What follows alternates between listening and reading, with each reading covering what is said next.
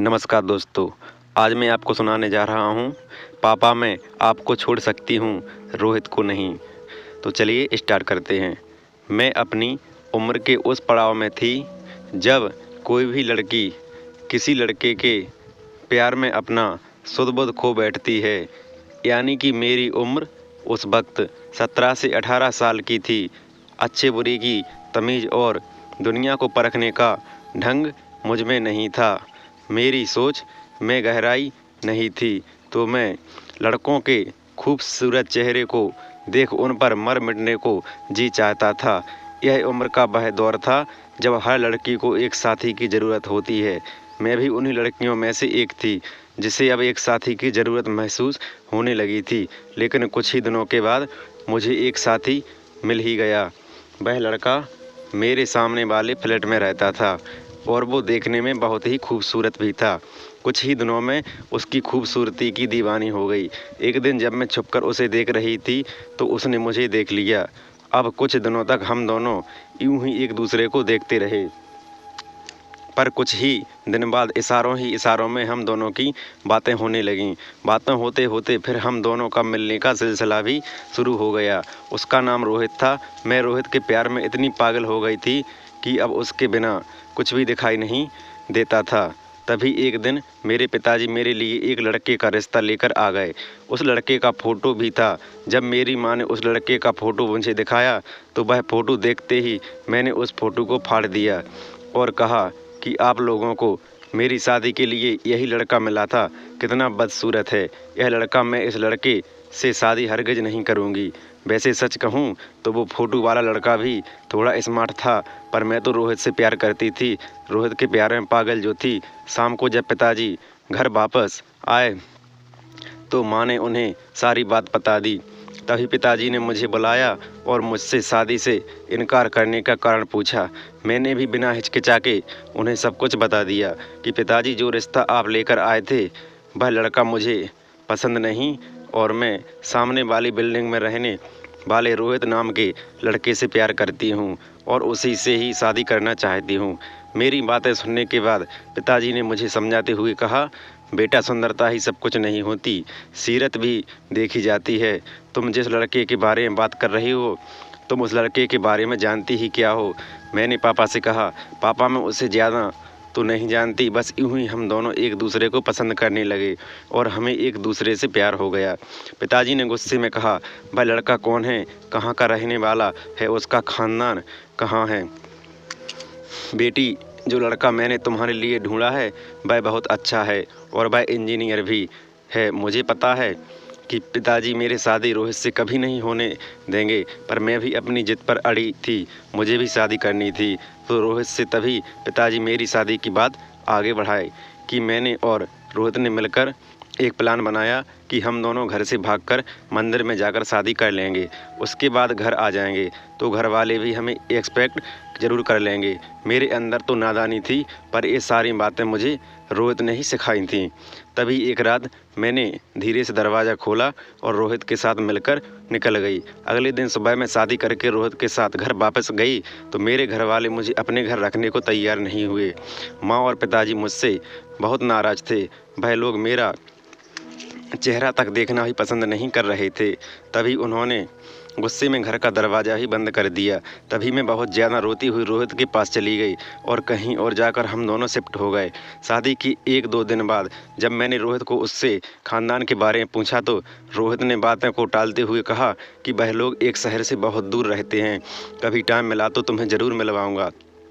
अब मैं और रोहित अपनी रोमांस भरी दुनिया में खो गए और हमारी ये उम्र ही सोचने समझने की नहीं थी। हम तो बस प्यार में। रोहित के साथ कुछ ही दिन हो मेरे अच्छे खासे गुजरे, पर कुछ ही दिनों बाद हमारे घर में पैसों की तंगी आने लगी। मैंने जब रोहित से पूछा कि रोहित, तुम्हारे काम क्या करते हो, हमारी शादी को कितने दिन हो गए, तुम अब तक काम पर भी नहीं गए, आखिर तुम घर का खर्चा कैसे चलाओगे? तभी रोहित ने मुझसे कहा, देखो सुप्रिया, मैं काम तो कुछ भी नहीं करता, जब मुझे कोई काम मिल जाता है तो मैं कर लेता हूँ। और बुरा मत मानना, मुझे लगा था कि तुम अपने माता पिता की इकलौती बेटी हो और जब तुमसे शादी हो जाएगी तो तुम्हारे बाप की प्रॉपर्टी तो हमें मिल ही जाती। तुम्हारे जैसे अमीर बाप की बेटी के पति को काम करने की क्या ज़रूरत, पर तुम्हारे पापा ने तो हमें घर से ही निकाल दिया। रोहित के मुंह में ऐसी निकम्मी बातें सुनकर मेरा तो दिमाग ही चकरा गया। ज़िंदगी में पहली बार मैंने इतना बड़ा धोखा खाया था, और ऐसा धोखा कि मेरी पूरी ज़िंदगी ही खराब हो गई थी। आज मुझे अपने पापा की कही हुई एक एक बात याद आने लगी। पापा ने यही सच कहा था कि बेटा, सूरत ही सब कुछ नहीं होता, सूरत भी देखी जाती है। पर अब तो इतनी बड़ी गलती हो चुकी थी कि अब दिन रात मैं रोती हुई ये सोच रही थी कि मैंने ऐसी गलती कैसे कर दी। मगर मैं रोहित के प्यार में इतनी पागल हो गई थी कि शादी करने से पहले मैंने कभी भी रोहित से उसकी नौकरी के बारे में नहीं पूछा। बस वह मुझे पसंद आ गया और उससे भागकर शादी भी कर ली। तभी कुछ ही दिन बाद वो प्रेग्नेंट हो गई। यह बात जब रोहित को पता चली तो वह खुश होने की बजाय और गुस्सा होकर कहने लगा कि अभी हम दोनों का पेट पालना मुश्किल है, अब एक और जीव जंजाल आ गया जाएगा, चलो तुम आवर्षण करो। तभी मैंने खूब रोते हुए रोहित से कहा कि रोहित, मैंने तुमसे इतना प्यार किया और तुम हो कि उस प्यार का यह सलाह दे रहे हो, चाहे कुछ भी हो जाए, अपने बच्चे का अबॉर्शन नहीं करवा सकती। रोहित ने गुस्से में कहा, ठीक है, मत करवाओ। कुछ दिनों बाद दोपहर का वक्त था। रोहित घर से कहीं दूर चला गया और कभी भी वापस लौटकर नहीं आया। मैंने कुछ दिनों तक रोहित का बहुत इंतज़ार किया, पर घर में पैसों की तंगी होने की वजह से मैं कब तक इंतज़ार करती। अब मुझे समझ आ चुका था कि रोहित ने मुझसे प्यार नहीं, बल्कि वो तो मुझे इस्तेमाल कर रहा था। मेरी नासमझी का फ़ायदा उठाते हुए उसने मेरी प्रॉपर्टी की वजह से मुझसे शादी की, और जब पापा ने हम दोनों को घर में रखने से मना कर दिया तो वह मुझे छोड़कर चला गया। मैं बहुत बेबस और लाचार हो गई थी। अब मुझे ना चाहते हुए भी दोबारा अपने माता पिता के घर जाना पड़ा। जब मैं अपने घर गई तो देखा माँ सामने के दरवाजे पर बैठी हुई थी, पर उनका चेहरा उदास था। ना वह सिंदूर लगाई थी और ना ही बिंदी। माँ का चेहरा देख मुझे कुछ अनहोनी होने का एहसास हुआ।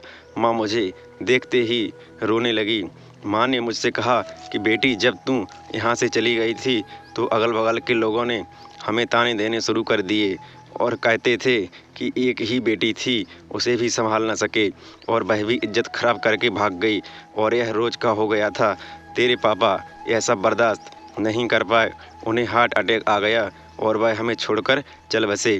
यह सुनकर मैं फूट फूट कर रोने लगी और कहने लगी कि माँ, मुझे माफ़ कर दो, यह सब मेरी ही वजह से हुआ है। मैं अगर पापा की बात मान लेती तो मुझे यह दिन देखना नहीं पड़ता। तब मेरी माँ ने मुझे बताया कि रोहित के साथ भागने के बाद पापा दिन रात मेरे लिए रोते थे, क्योंकि उन्होंने मेरे लिए जो जो सपने देखे थे वो सब मैंने तोड़ दिए थे। मैं पापा की परी थी, उनकी जान थी, उनकी शान थी, मगर मेरी एक नासमझी ने पापा को खो दिया। पर ज़िंदगी भर मेरे दिल में यह बात कांटों की तरह चुभती है कि काश मैंने अपने माँ बाप को धोखा नहीं दिया होता तो आज मेरे पापा भी ज़िंदा होते और मेरी ज़िंदगी भी यूँ बर्बाद ना होती। प्यार करना कोई बुरी बात नहीं है, पर प्यार की परिभाषा बहुत कम लोगों को मालूम होती है। आज के ज़माने में प्यार कम, धोखा ज़्यादा है। पर मेरी हर उन नादान लड़कियों से गुजारिश है कि बचपने में आकर कभी गलत कदम ना उठाएं, क्योंकि हमारे माँ बाप हमारे लिए बचपन से सोचते हैं और हम उन्हें यूँ धोखा देकर कहीं भी भाग जाते हैं, और ऐसा बहुत घातक साबित होता है। धन्यवाद दोस्तों।